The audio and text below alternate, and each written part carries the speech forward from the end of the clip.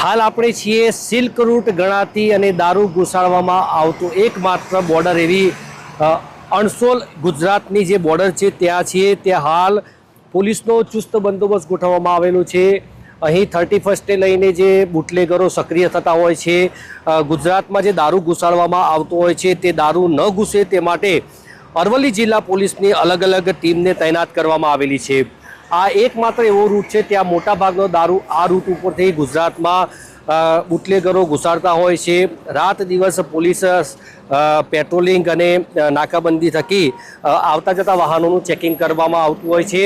જોકે બુટલેગરો કેટલાક સમયે આ સિલ્ક રૂટ ઉપરથી દારૂ ઘુસાડવામાં સફળ થતા હોય છે, પણ 31ને ધ્યાનમાં રાખીને 500થી વધારે પોલીસના અધિકારીઓ કર્મચારીઓનો સ્ટાફને અલગ અલગ જે 10 જેટલા ચેકપોઇન્ટ બનાવવામાં આવેલા છે। મેઘરજ, ભિલોડા અને શામળાજી તાલુકાની જે બોર્ડર બનાવવામાં આવેલી છે તમામ જગ્યાએ પોલીસનો ચુસ્ત બંદોબસ્ત ગોઠવવામાં આવેલો છે।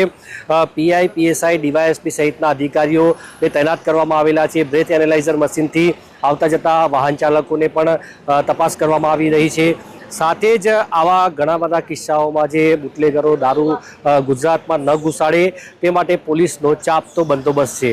આ સાથે જ એસઆરપીની પણ એક ટીમને અહીં તૈનાત કરવામાં આવેલી છે। જયમીન સાથે અંકિત ચૌહાણ, મેરા ગુજરાત, અણસોલ ચેકપોસ્ટ, અરવલ્લી।